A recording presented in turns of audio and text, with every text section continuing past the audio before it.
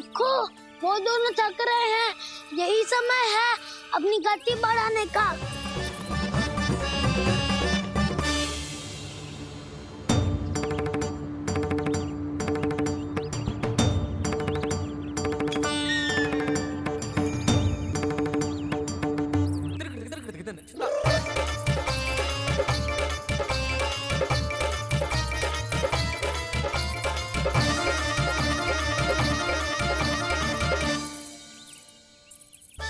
लो, हमारी जोड़ी सबसे पहले पहुंच गई। देखा मेरा बलदाव का बल।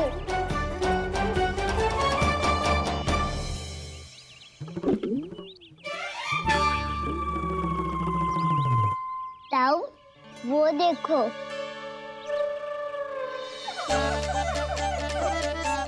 मैया।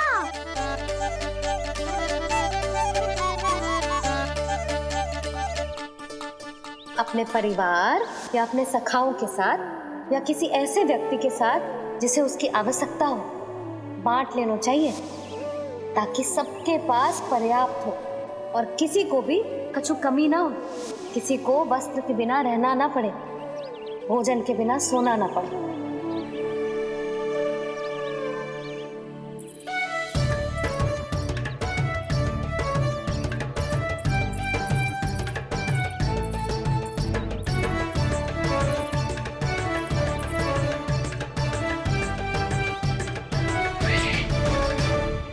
लग तो है इससे भूख लगी है।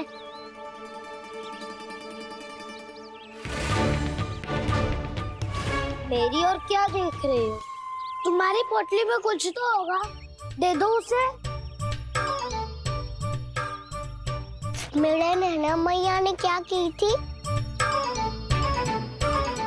जब हम किसी और को देते हैं ना, उससे अनेक गुना नारायण हमें वापिस कर देते हैं।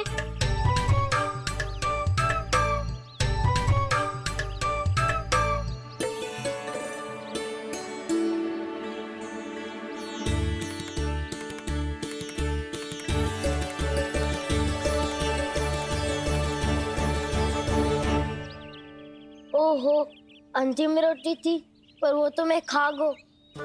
अब तो बस मेरे हाथ में माखन लगा रह गो है।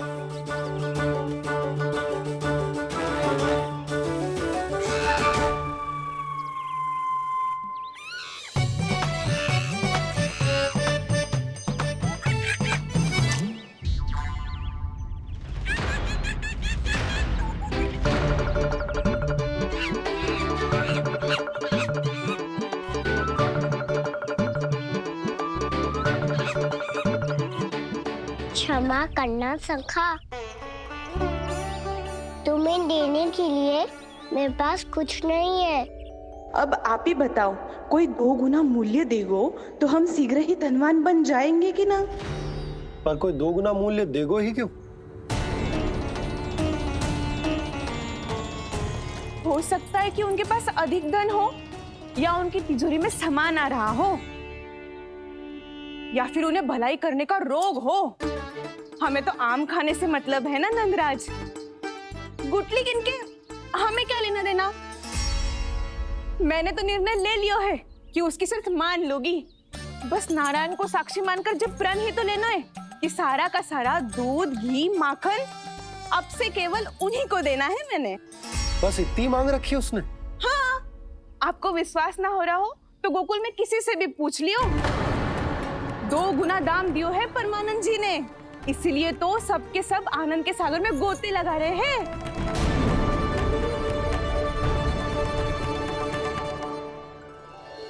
हे नारायण, सुनी है गांव वालों को 2 गुना लाभ हुआ है आज, पर मैं तो माखन बेच ही ना पाई क्योंकि हाट जाने के लिए कोई साधन ही ना मिलो मुझे। ये नया माखन अभी अभी बनायो है मैंने। प्रतिदिन जो माखन निकालती हूँ सबसे पहले आपको चढ़ाती हूँ, ये सोचकर कि कभी तो आपकी कृपा होगी। पर जाने आपका आशीर्वाद कब मिलेगा मुझे, पर जाने कब आपका आशीर्वाद मिलेगा मुझे? यदि इस बार भी मेरा माखन बेकार हो गई हो ना, तो सच्ची कह रही हूँ, कल से भोग में आपको कुछ भी ना चढ़ाऊंगी मैं। कल से भोग में आपको कुछ भी ना चढ़ाऊंगी मैं। कान्हा, मुस्कुरा क्यों रहे हो? वानर महाराज की भूख कैसे मिटानी है पता है मुझे। कैसे? माखन से। पर माखन कहाँ मिलेगा? सावित्री मौसी के घर से। तो क्या तुम फिर से माखन चुराने की सोच रहे हो? दाऊ, मेरी बात प्रश्न ही नहीं उठता, इसकी अनुमति नहीं दूंगा मैं। गोकुल वासियों को ऐसा वचन देने की अनुमति ना दे सकता मैं। बिना सोचे समझे कैसे वो किसी अपरिचित व्यापारी के शब्दों पर विश्वास कर सकते हैं?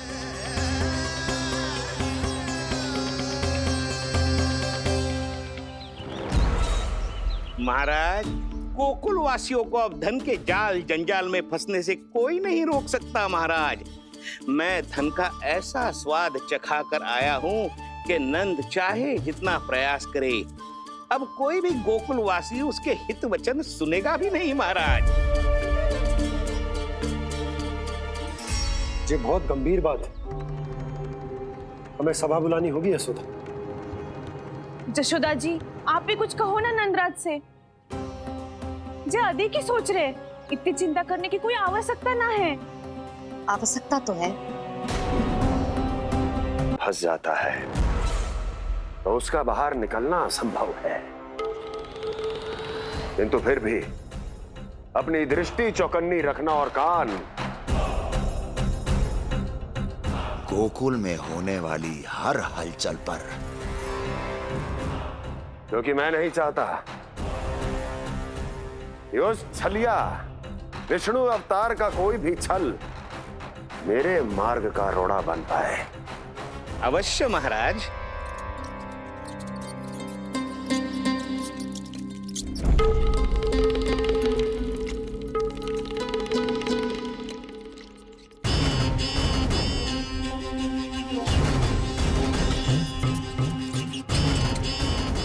लोभ। ध्यान रहे परमानंद, गोकुल वासियों पर लोभ का प्रभाव हर बीतते क्षण के साथ बढ़ता चला जाना चाहिए। महाराज, जैसे किसी कबूतर को बिल्ली दबोच लेती है, वैसे ही मेरा फैलाया हुआ लोभ गोकुल वासियों को अपने पंजों में दबोच लेगा। सब झटक लूंगा।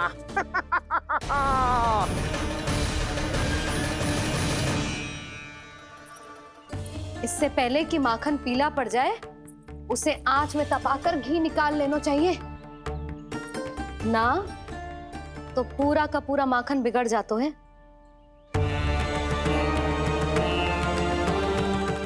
मैं अभी भोला से कहकर सारे ग्वाल ग्वालियरों की सभा बुलाता हूँ।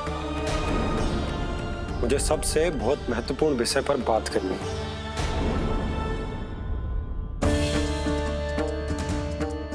मति भ्रष्ट हो गई थी मेरी, जो यहाँ चली आई। अब कहीं ऐसा ना हो कि मेरा धनवान बनने का स्वप्न धरा का धरा रह जाए। सुलक्षणा, चिंता मत करो। अरे हम सबसे पहले तो वे अन्न के बारे में सोचते हैं।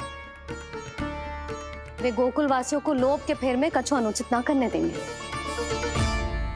कहा ना मैंने, तुम्हें कुछ भी अनुचित करने नहीं दूंगा। दाऊ हूँ तुम्हारा। हाँ तो अनुचित बात करने देना दाऊ। पर मैं तो भलाई करना चाहता हूँ। भलाई? किसी की अनुमति या सहमति के बिना उसके यहाँ चोरी चुप के माखन खा लेना भलाई नहीं, चोरी कहलाती है। सखाओ, तुम ही बताओ, किसी भूखे प्राणी के लिए भोजन की व्यवस्था करना क्या तो है? भलाई। पड़े पड़े माखन चढ़ने के स्थान पर किसी का पेट भरे, वो क्या तो है? भलाई। किसी के मन की इच्छा पूरी करना क्या होता है? भलाई। ठहरो ठहरो, चोरी करके किसकी मन की इच्छा पूरी करोगे तुम?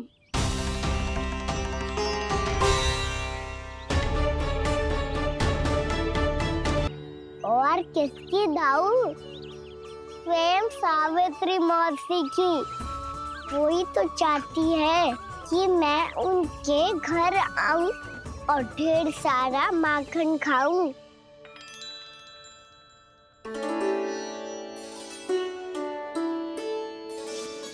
तो फिर अगला घर आपका। क्षण भर तो ऐसा लगो जैसे कान्हा ने मेरे मन की इच्छा सुन ली हो। वैसे कितना अच्छा हो तो यदि सुन ही ले तो। तुम्हारे कहने का अर्थ है कि सावित्री मौसी चाहती थी कि तुम उनके घर भी जाओ, जैसे जानकी के घर गए थे। ये बात तो उन्होंने भैया के सामने भी कही थी कि मैं उनके घर जाऊं। ये तो उनका सौभाग्य होएगा। किसी का सौभाग्य बिगाड़ते इतने बुरे ना है हम। ये बात तो सही कही है। मुझे भी कुछ अनुचित ना लगता है इसमें। तुम तो सत्यवादी हो मधुमंगल, तुम्हें क्या लगता है? अब बोल भी दो, वानर महाराज भूखे हैं।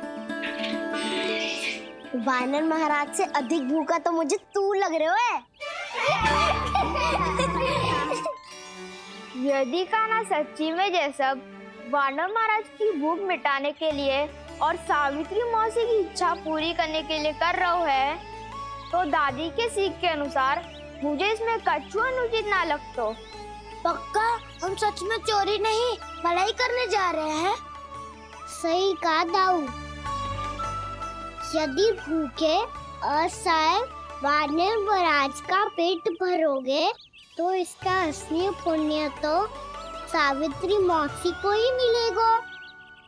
इसका अर्थ तो ये हुआ कि कान्हा सावित्री मौसी के घर माखन चुराने नहीं जाएगा, बल्कि उसे दुगना कर देगा।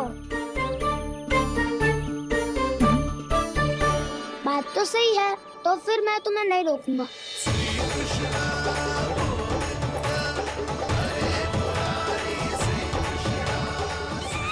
पर इस बार हम तुम्हें अकेले न जाने देंगे सखा। हाँ, हमें भी पुण्य अर्जित करना है और माखन भी।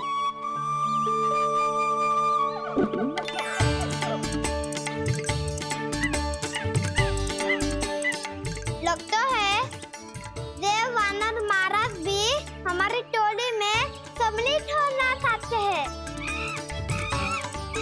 तब तो ये सबको ये कला सिखानी पड़ेगी। सही कहा सका। अच्छे काम का प्रचार प्रसार तो होना ही चाहिए ना। तो ठीक है, सिखा दूंगा और हमारी टोली कहलाएगी चौर्य विद्या प्रसारण टोली। और कान्हा तू बन जाइयो इसका अध्यक्ष और दाऊ बनेंगे उपाध्यक्ष। मुझे स्वीकार है। चौर्य विद्या प्रसारण टोली की जय। चौर्य विद्या प्रसारण टोली की जय।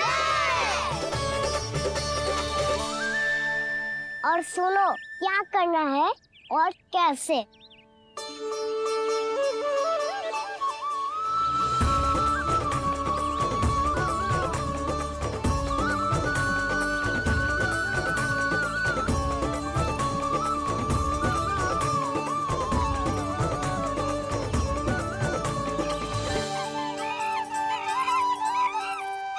आया कन्हैया रे आया रे माखन का चोर,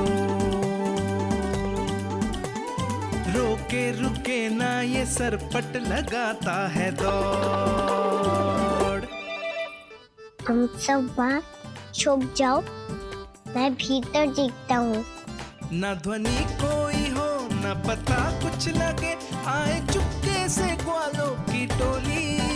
चाहे कितना बचाओ छिपाओ कहीं, सारा मक्खन ये कर जाए खाली।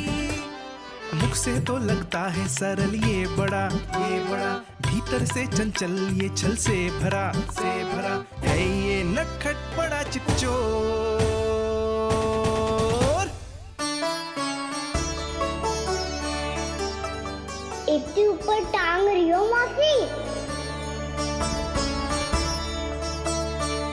कान्हा सच में आ गयो तो मैं तो धन्य हो जाऊंगी।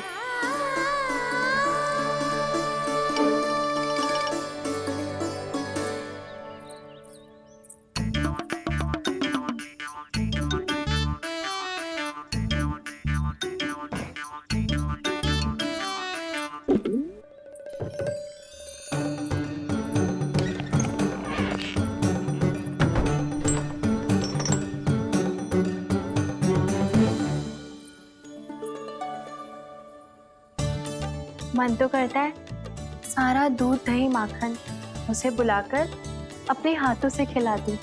मुझे बुलाना भी चाहती हो और अनजाने में मेरे लिए कठिनाई भी बढ़ा रही हो। पर मेरे यहाँ क्यों आएगा कान्हा?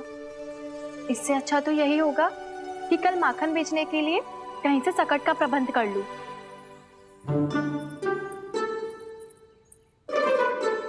छुप जाओ छुप जाओ।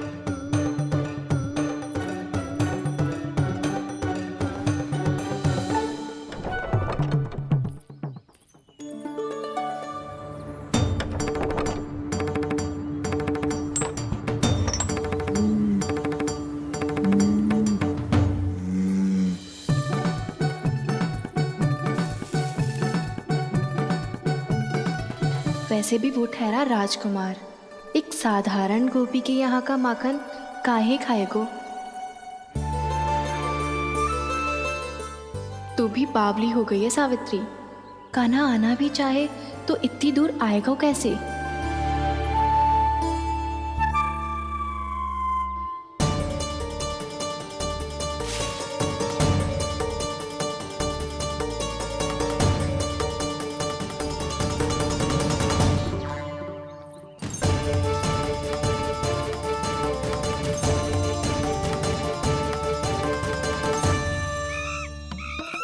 ओ मैया,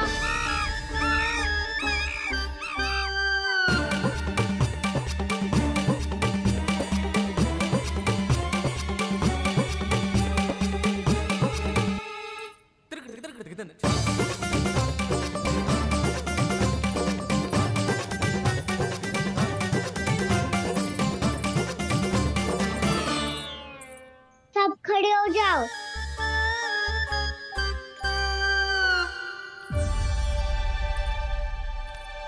सच्ची मैं भी कितनी बावली हो गई हूँ ना। जब नंदभवन की ओर जा ही रही हूँ तो कान्हा के लिए थोड़ा सा माखन ले जाती हूँ।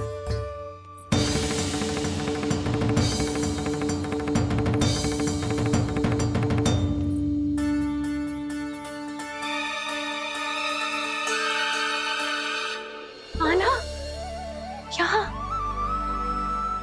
ये मेरा स्वप्न है या फिर?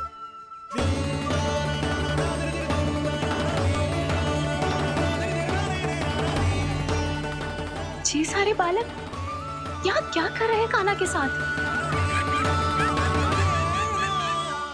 क्या जानकी सत्य कह रही थी? कान्हा यहाँ पर माखन चुराने आया है। मुझे स्वयं जाके इसे माखन खिलाना चाहिए। चलो, सावित्री मौसी के वापस लौटने से पहले मैं कार्य समाप्त करके वापस भी जाना है। कोई पकड़ी मत जाना।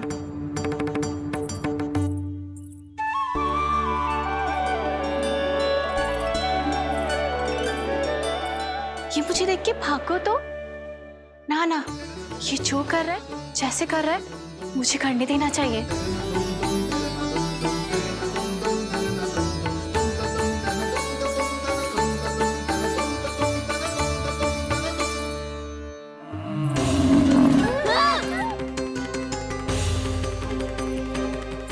हे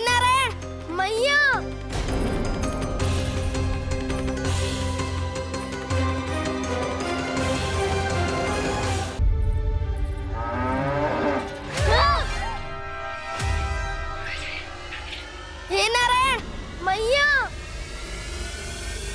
तुम सब डर क्यों गए? कोई भी तो नहीं है यहाँ। पर वो तो है, सावित्री मासी का रक्षक बलदार।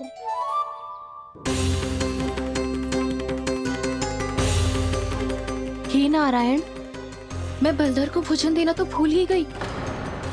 और भूखे पेट तो वो हिंसक हो जाता है। कान्हा, तूने सुना है ना कैसे सींग घुमा के और लाते उठा उठा के मारता है? बलराम नहीं है जो तुम्हारी रक्षा करेगा, बर्दर है वो।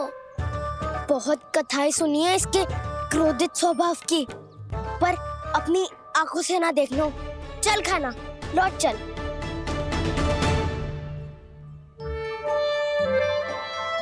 रुक जाओ, चिंता की आवश्यकता ना है। हम पे क्रोध ना करेगो ये।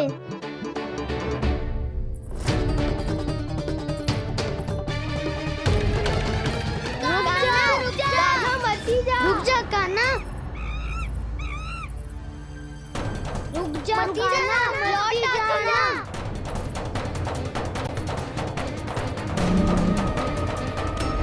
देखो कैसे स्वागत करो है।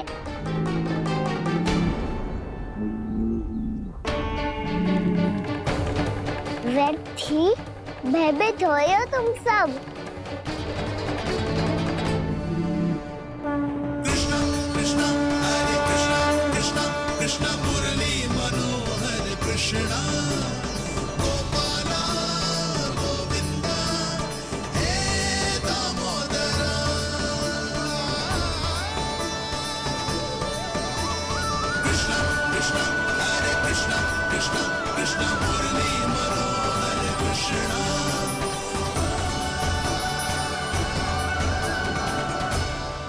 बाल कृष्ण ने छुआ तो एक साधारण बैल को है माँ, पर उनके स्पर्श का अनुभव मुझे हुआ है। बलधर,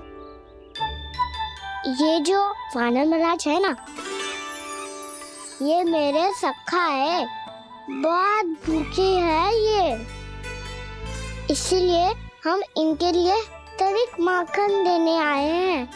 हमारा साथ दोगे ना?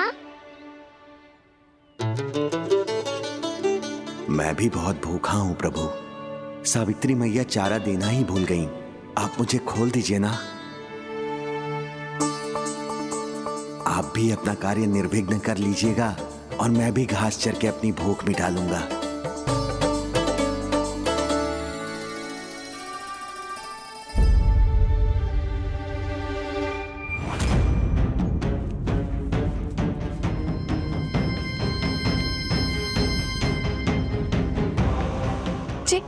क्या कर रहे हो जी? कान्हा पावला हो गया हो क्या? मती कोल कान्हा, जे सीधा हमारी ओर आएगो और अपनी सींगों से उड़ा के चला जाएगो।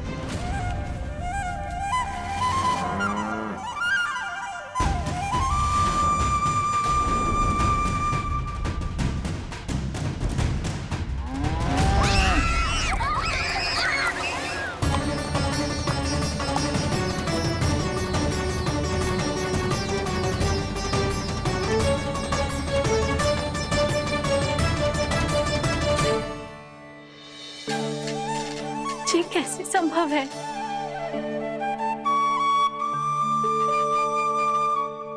अब खड़े खड़े देखते ही रहोगे? भीतर चलना है कि ना? तूने तो बलधर को भी अपनी टोली में मिला लियो का ना? भैया कहती है मैं बात विशेष हूँ, तो अब विशेषता दिखानी तो पड़ेगी। चौर्य विद्या प्रसारण टोली का अध्यक्ष हूँ मैं। चौर्य विद्या प्रसारण टोली? चौर्य विद्या प्रसारण अर्थात चोरी की विद्या का विस्तार करना। प्रभु, ये बाल कृष्ण कैसी सीख दे रहे अपने सखाओं को? द्वार तो बंद है, भीतर प्रवेश करने का कोई उपाय तो खोजना पड़ेगा।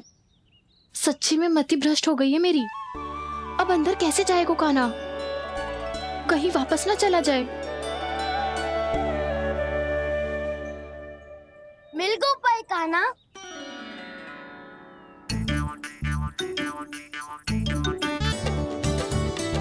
चलो भीतर प्रवेश करते हैं। रुको, सीधे प्रवेश ना करते, पहले जांच पड़ताल करते हैं कि भीतर कोई है कि ना। पर सावित्री मौसी को तो हमने बाहर जाते देखा था, और कौन हो सकता है भीतर? ऐसे बार बलदर था, वैसे भीतर कोई और हो सकता है नारायण, फिर तू ही जा, मैं ना जाऊंगा भीतर। माखन चुराना भी सरल ना है, सिर तक रहना पड़ता है। माता यशोदा यदि ये सब देख लें तो उनके मन को कितना दुख पहुंचेगा।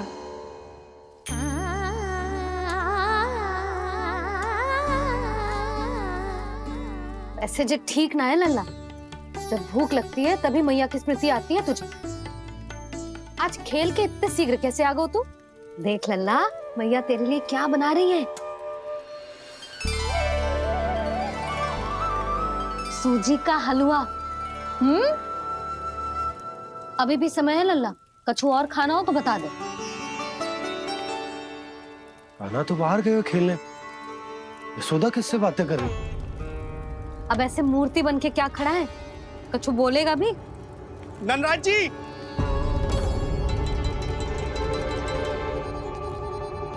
नंदराज जी, लगभग सभी को सभा की सूचना दे दी है, और जो तनिक दूर रहते हैं उनके बंसी गए है सूचना देने के लिए, और उपनंद भैया आपकी चौपाल में प्रतीक्षा कर रहे हैं। चलो। देख लल्ला, अभी क्षण भर पहले तो पीछे ही खड़ा था, कहाँ चला गया?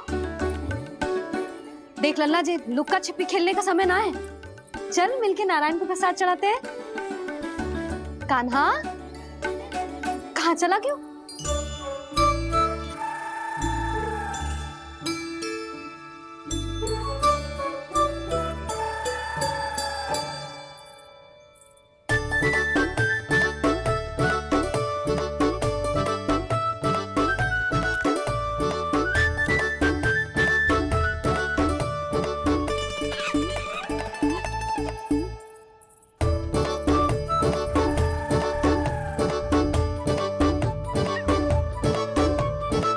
पशुओं से तो ऐसे बात कर रहे हो जैसे इनकी भाषा समझते हो।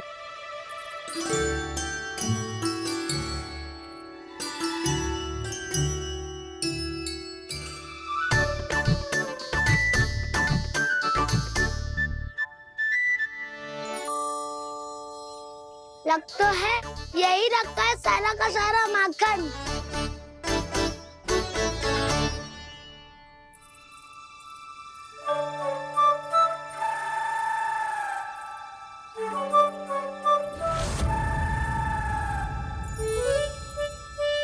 कान्हा, मुझे प्रयास करने दे, मैं आसानी से कर लूंगा।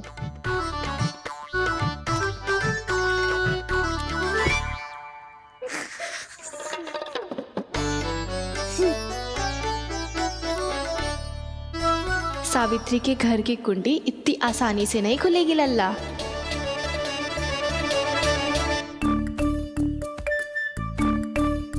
कहो तो मैं ही तोड़ दूं द्वार। ना ना, चिंता मत कर कान्हा, पीछे मुड़ के देख, सारा का सारा माखन ऊपर ही तो लटक रहो है। कोई लाभ ना होगा गाँव, माखन तो वो रो।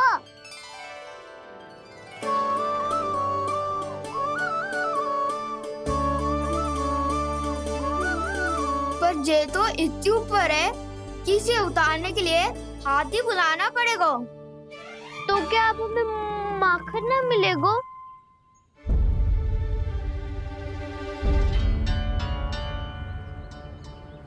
मुझे क्या पता था कान्हा कि तू सच्ची में आने वालो है। ना तो मैं इतनी ऊपर लटकाती ही ना, ऊपर से चौकी भी रसोई घर में बंद है। ये तो स्वयं चाहती है कि कृष्ण इनका माखन चुरा ले। अविश्वसनीय है ये। यही तो लीला है देवी, लीलाधर श्री बाल कृष्ण की लीला, श्री बाल कृष्ण की लीला। कोई उपाय ना है कान्हा? इतनी पर्वत जितनी ऊंचाई पर तो चढ़ ना सकते हम। चढ़ सकते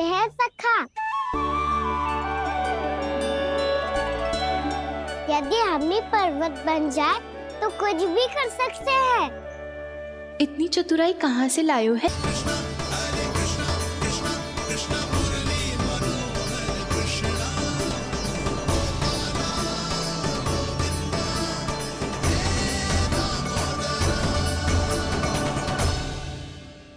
सबसे ऊपर कौन चढ़ेगा? नाना मैं ना करूँगा, ये संभव ही ना है, मुझसे ना हो पाएगा। मैं चढ़ूंगा सबसे ऊपर।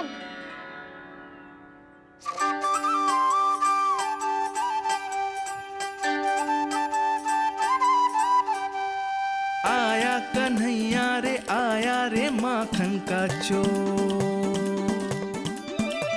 ना ध्वनि कोई हो ना पता कुछ लगे, आए चुपके से ग्वालों की टोली। चाहे कितना बचाओ छिपाओ कहीं, सारा मक्खन ये कर जाए खाली। मुख से तो लगता है सरल ये बड़ा भीतर से चंचल ये छल से भरा है ये नटखट बड़ा चिकचोर।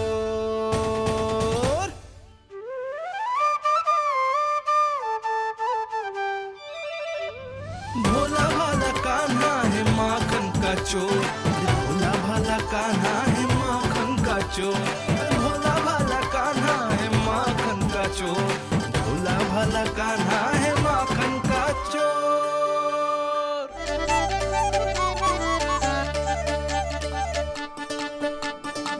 कान्हा की योजना सफल हुई, माखन मिल गयो। तैयार हो सब? तो लो फिर। अब खाएगो जी मेरा माखन।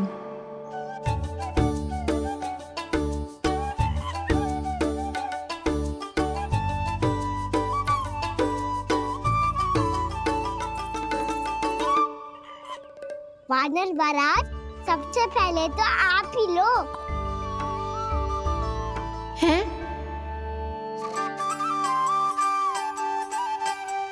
जिसकी जीभ अधिक लपलपाए वही सबसे पहले माखन खाए।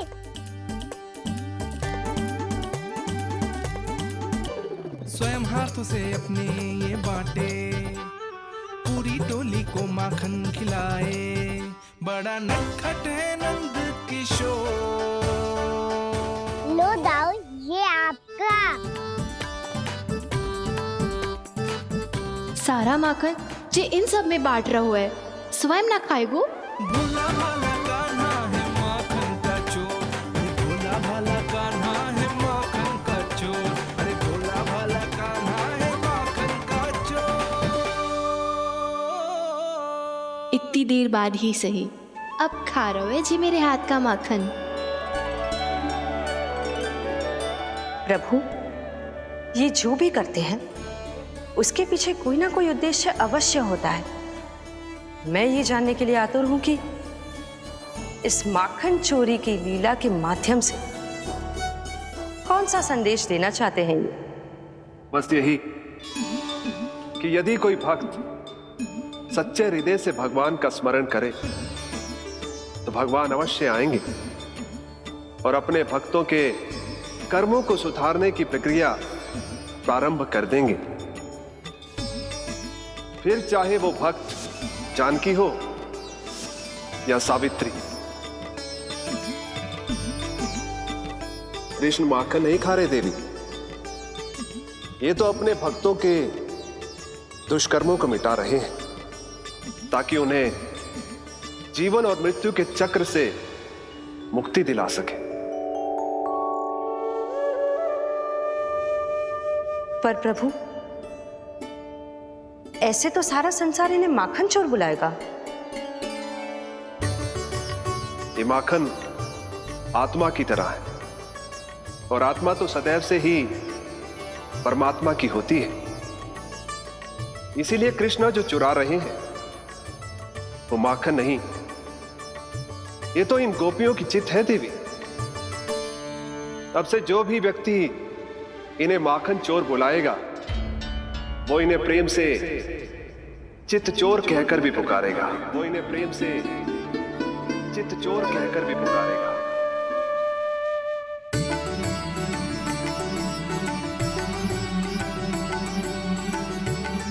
सही कहा आपने प्रभु, चितचोर तो है ये। इन्होंने केवल गोपियों का नहीं, अपनी मैया का भी चित चुराया है। कान्हा, देख लल्ला, अब सामने आ जा। लल्ला,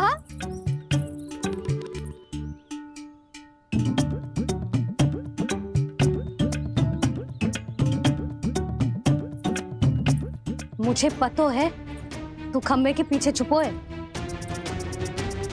बाहर निकल।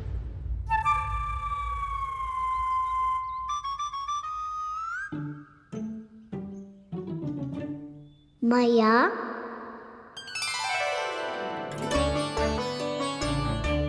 रुक लल्ला,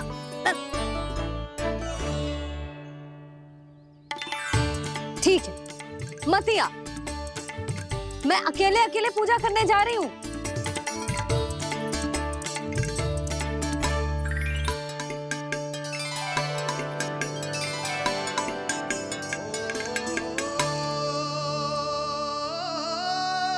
बस ऐसे ही पहले अपनी मैया को सताया कर और फिर अपनी जे निर्दोष सी मुस्कान से मेरा मन मोह लिया कर।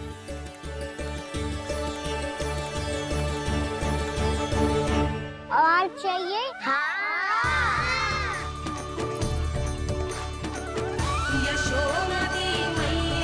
ये तो फिर से माखन बांट रहा है। इसका इतना साहस। यदि यही सब करना तो मुझसे आज्ञा क्यों नहीं ली? मैं अपने हाथों से बहुत प्रेम से खिलाती, पर ये तो चोरी कर रहा है। इसकी आज्ञा ना दे सकती मैं। मेरा माखन व्यर्थ में सब में बांटने चलू है।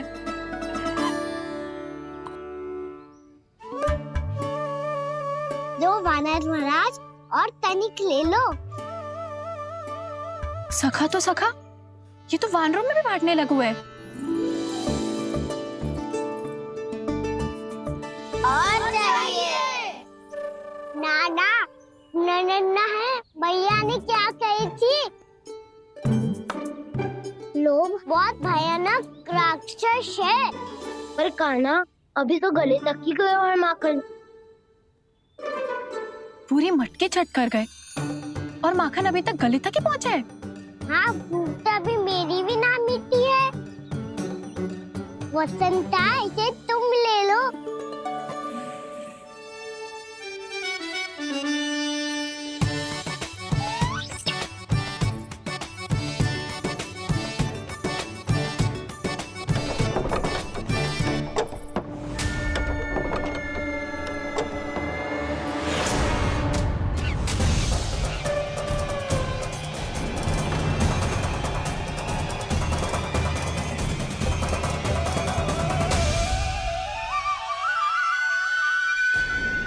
ना, लोग बहुत भयानक राक्षस है। जी अच्छी बात ना है कान्हा। अभी चल के यशोदा जी को बताती हूँ।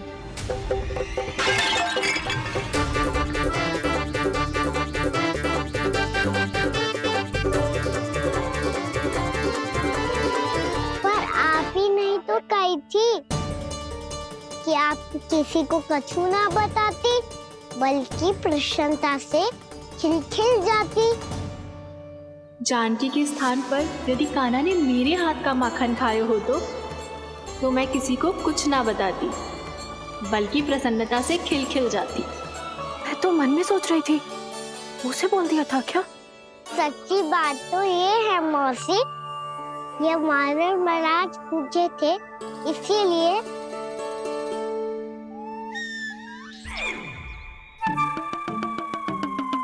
कल मैं इसीलिए ना बेच पाई क्योंकि हाट जाने के लिए सकट ही ना मिलो, और आज बेचने के लिए तो माखन ही ना बचो। चिंता मत करो मौसी, 2 गुणों से भी अधिक मिलेगा। भूखे की भूख मिटाने का पुण्य प्राप्त किया है आपने। बस आप मैया को कछु मत बताइयो।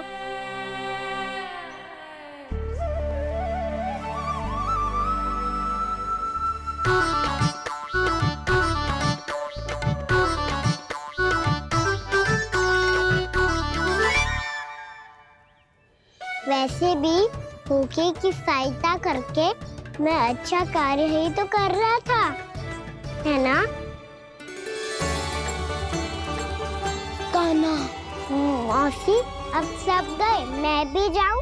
किसकी भलाई कर दे कब किस बहाने,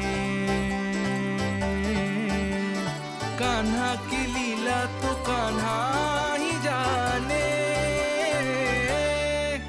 बड़े सौभाग्य उसने है पाए, कान्हा जिस घर से माखन चुराए।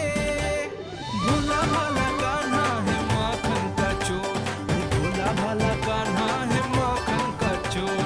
भोला भाला कृष्णा कृष्णा कृष्णा मुरली मनोहर कृष्णा गोपाला गोविंदा हे दामोदरा। भाग्यो,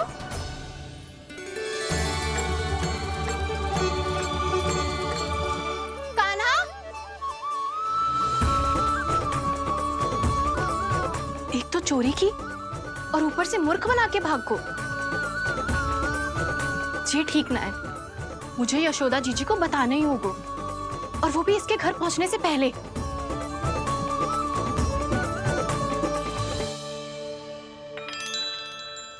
अरे पल्लू मत खींच, तनिक रुक जा, दे रही हूँ, पूजा तो करने दे।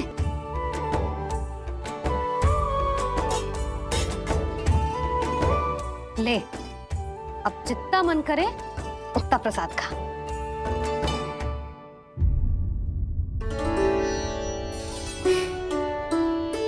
या तो मैं सच्ची बावली हो गई हूँ कि मुझे हर समय कान्हा दिखता रहता है, या फिर मेरा लल्ला कुछ अधिक ही विशेष है कि मेरे साथ ना होके भी सदैव अपनी मैया के साथ ही रहता है।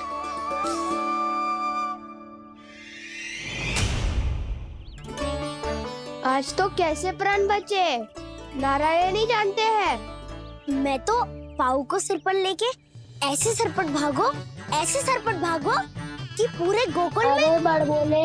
इस समय तो बड़ी बड़ी मत हाको, पर असली लाभ तो वानर महाराज ने उठाया है। पूरी की पूरी मटकी अकेले लेके निकल लिए। ये हमारी प्रतीक्षा कर रहा था ताकि हम माखन बांट सके। हमारे साथ ना दाऊ, उनके साथ।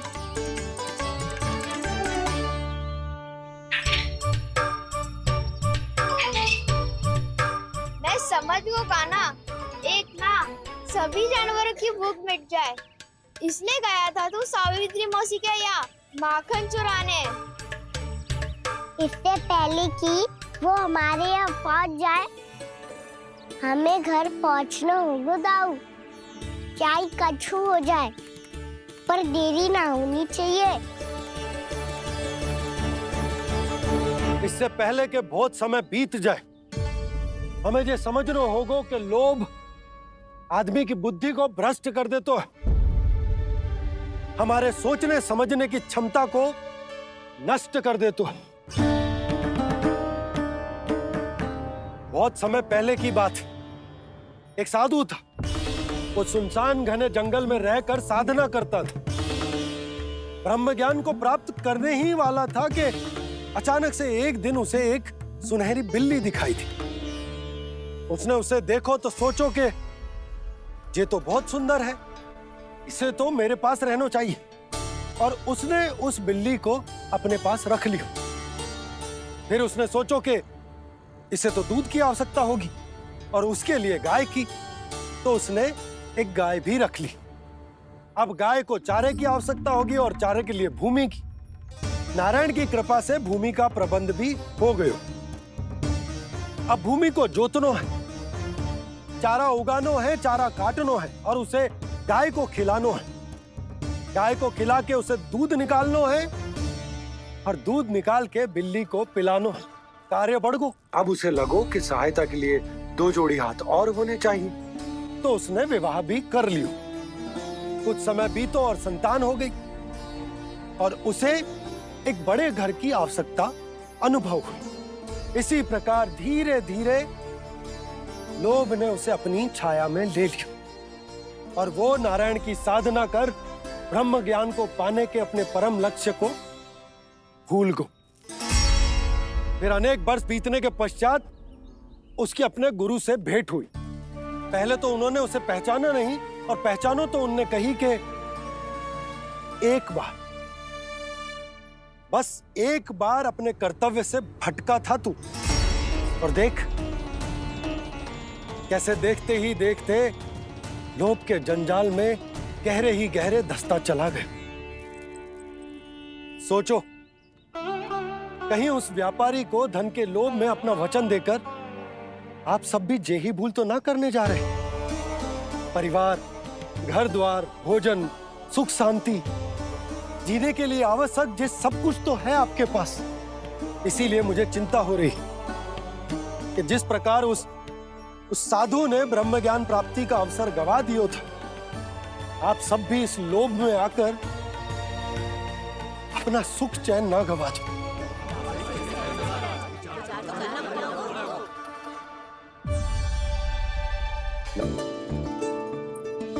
भाभी आसानी से ना मिलने देंगी कान्हा से, पर उसे देखे बिना रहा भी तो ना जा रहा मुझसे। कहाँ है वो? मुझ पे बहुत क्रोध है उन्हें। इतने शीघ्र शांत ना होगा, उन्हें मनाना तो पड़ेगा ताकि मैं नंद भवन में फिर से बिना किसी रोक टोक के आ जा सकूं। पर क्या बोलूं, कैसे मनाऊं उन्हें?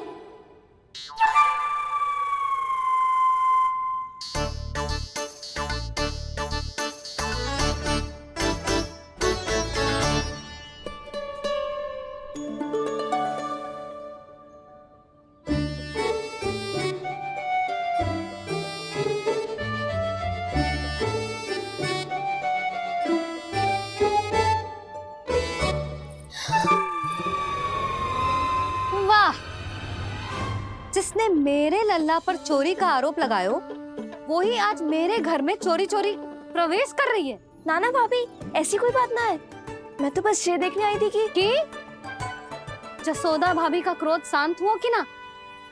सुन ले जानकी, मेरा क्रोध उसी दिन शांत होगा जिस दिन तू सारी गोपियों के सामने मेरे कान्हा पर लगाया आरोप वापस लेगी।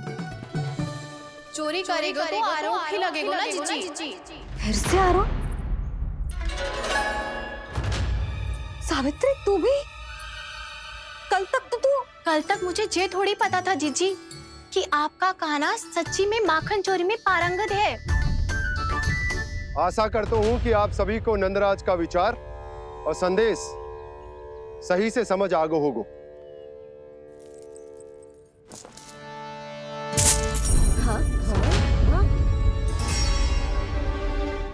सिक्कों की खनक बता रही है कि पोटली कितनी भारी है। एक ही दिन में कितनी धन पा गई।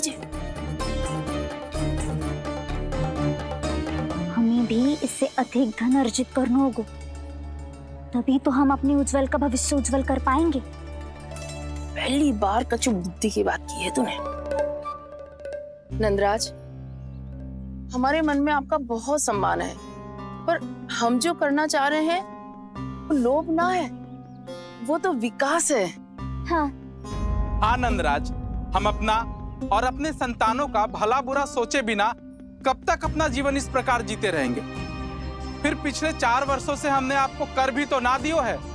मुझे तो लगता है कि नंदराज की बातों पर शांति से सोच विचार के बाद ही कुछ निर्णय लेना चाहिए। ऐसा मौका बार बार ना दो। नहीं, हमें सोच विचार कर निर्णय लेना है सबने।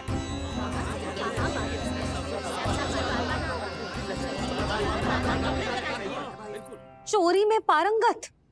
हाँ जीजी, उसने टोली बनाई है और उसका नाम भी रखा है चौर्य विद्या प्रसारण टोली, और आपका कान्हा उसका अध्यक्ष है।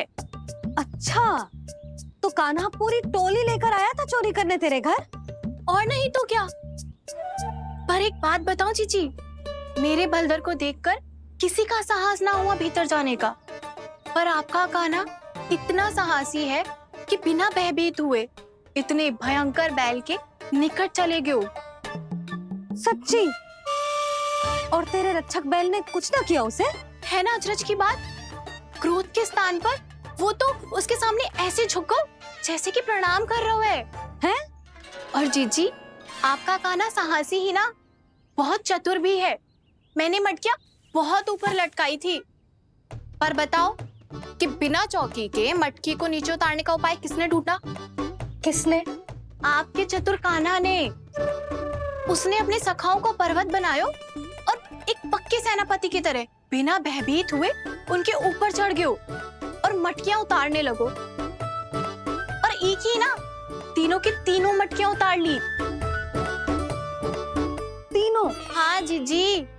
और वो इतना दयालु है कि पहले एक मटकी का माखन सब में बांट दियो और फिर बची हुई 2 मटकियों में से एक मटकी अपने सखाओं को दे दी और फिर दूसरी मटकी एक भूखे वानर को दे दी। और फिर जब मैं उसके सामने जाके प्रश्न करने लगी तो उसने मुझे अपने तर्कों के जाल में उलझाया और बड़ी आसानी से सिद्ध कर दिया कि वो तो परोपकार कर रहा था। मैं तो देखती ही रह गई और शब्द तो ऐसे झड़ते हैं मुंह से जैसे कि फूल। रुक जा सावित्री, पहले तू ये निर्णय ले ले कि तू मेरे लल्ला का गुणगान करने आई है कि उसकी निंदा करने? निंदा करने ही आई हूँ जीजी। जानकी सत्य कह रही थी, आपका कान्हा माखन चोर ही है और बलराम के साथ भागा था। बलराम क्यों? वो तो साक्षात गरुड़ देव की पीठ पे बैठ के उड़ के आयो है, तभी तो तुझसे बहुत पहले आके यहाँ बैठ गओ ना। आ देख ले, आ जा के सब पहरा दे रहे हैं कि कोई पंछी अनाज ना चुग ले और तुम दोनों व्यर्थ में इन सब पर दोष लगा रही हो। कान्हा के निकट जाने का प्रयास भी मत ही करना। पहले मेरे लल्ला पर आरोप लगाती हो, फिर उससे मिलना भी चाहती हो।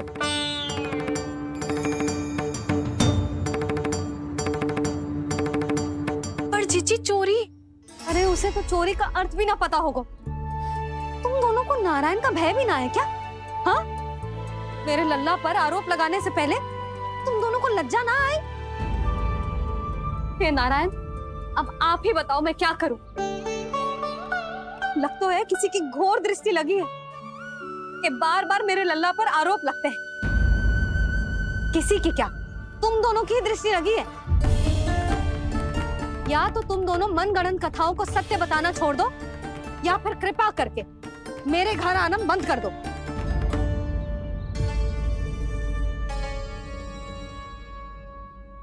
अब दोनों मुंह क्या ताक रही हो? हाँ, जाओ यहां से। और तुम दोनों नंद जी की सभा में क्यों ना गई? हाँ?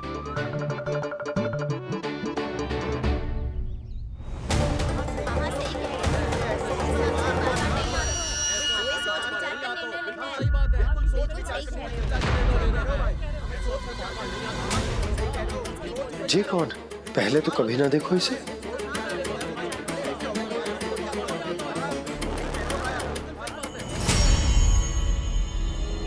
कहाँ को? बस करो।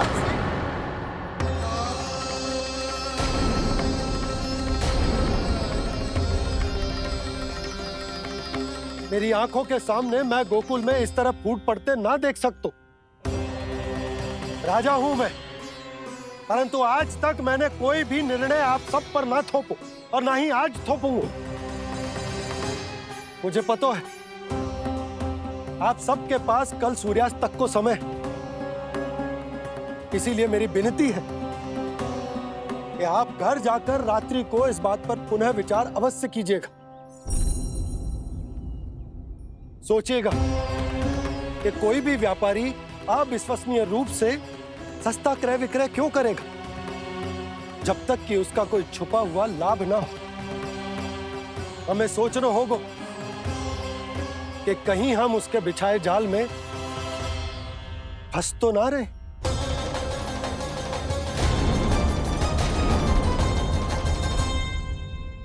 बच गए भैया, जैसे तैसे ही सही, पर समय से पहले पहुंच ही गए हो। सावित्री मौसी कनेक सी बात को इतना बड़ा चढ़ा के बोल रही थी जितना उज्जवल भी ना बोलतो।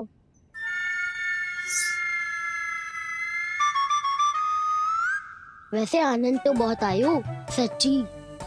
हाँ, बेहतर लगा तो माखन भी तो मिल रहा और परोपकार भी होगा। बता कान्हा, और किसके घर जाना है अब? आज ही तो हमें शिक्षा मिली है, इतनी शीघ्र भूल गए तुम सब। लोग के चक्कर में पड़ोगे तो फंसोगे। लोभ के चक्कर में पड़ोगे तो फंसोगे।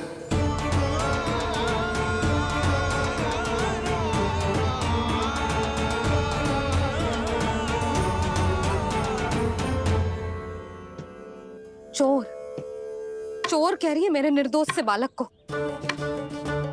अब तो इन दोनों ने अति ही कर दी है।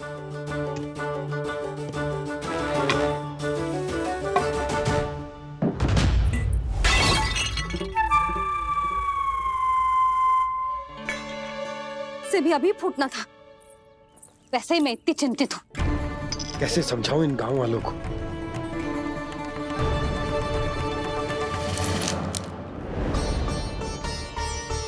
कोई समझने को तैयार ही ना है। लगता है सबकी बुद्धि भ्रष्ट हो गई है। सही कह रही हो यशोदा तुम। मुझे तो लगता है कि सोचना समझना ही छोड़ दिया सबने। अनेकों तर्क देके समझा दियो, सिद्ध कर दियो, पर इनकी मोटी बुद्धि में कछु आतो ही ना है। यशोदा तुम तो तर्क की कह रही हो, मैंने तो उदाहरण देकर समझाने को प्रयास किया, पर अपनी बुद्धि के आगे कछु ना समझ में आ रहा इन गांव वालों को। क्या सारे के सारे गांव वाले मेरे लल्ला पर आरोप लगा रहे हैं? जी क्या कह रही हो तुम? मैं तो गांव वालों की बात कर रहा हूँ जो नारायण के नाम पर वचन देकर उस अपरिचित व्यापारी को अपने दूध, दही, घी, माखन सब देने को तैयार है। लो कर लो बात। मैं गोपियों की बात कर रही हूँ जो लल्ला पर माखन चोरी का आरोप लगा रही हैं। और आज तो सावित्री ने भी लल्ला को माखन चोर कह के पुकारो है।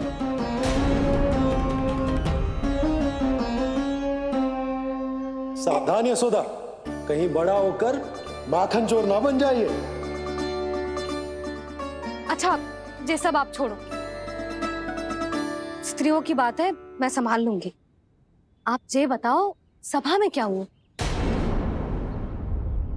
गोकुल में फूट पड़ गई यशोदा, लोभ की फूट।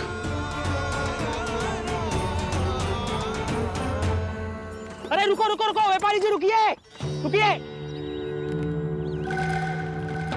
नंदराज ने प्रयास तो बहुत किया था व्यापारी जी, पर कुछ व्यक्तियों को छोड़ करके किसी के कान पे जूं तक नहीं रेंगी। इसका अर्थ फूट पड़ चुकी है लोभ की वजह से। बहुत ही शुभ समाचार लाए हो गुप्तचर। अब शीघ्र ही दिखेगा लोभ का चमत्कार।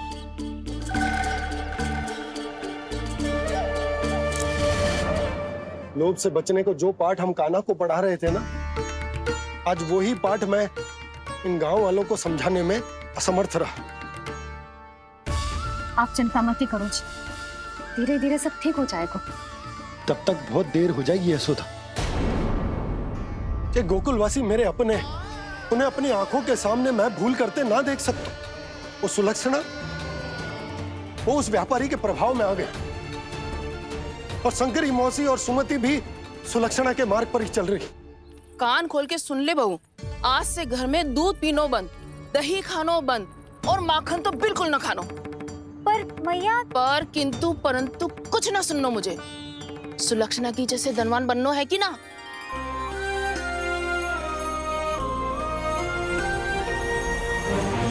तो फिर जैसा मैं कहती हूँ वैसा कर, तभी तो अधिक से अधिक दूध, दही, माखन बेचकर अधिक से अधिक धन अर्जित कर पाएंगे हम। सुलक्षणा को उस व्यापारी की तरह धनवान बनना है और शंकरी मौसी को सुलक्षणा की तरह। ऐसे तो पूरा गांव ही लोभ में पड़कर कल उस व्यापारी के पास पहुंच जाएगा। अब तो फिर स्त्रियों को मुझे अपने ढंग से समझाना पड़ेगा। अब गोकुल वासियों को चाहे कोई भी कितना भी समझा ले, बुझा ले, ज्ञान बांटे, उन्हें केवल एक ही भाषा समझ में आएगी, लोभ।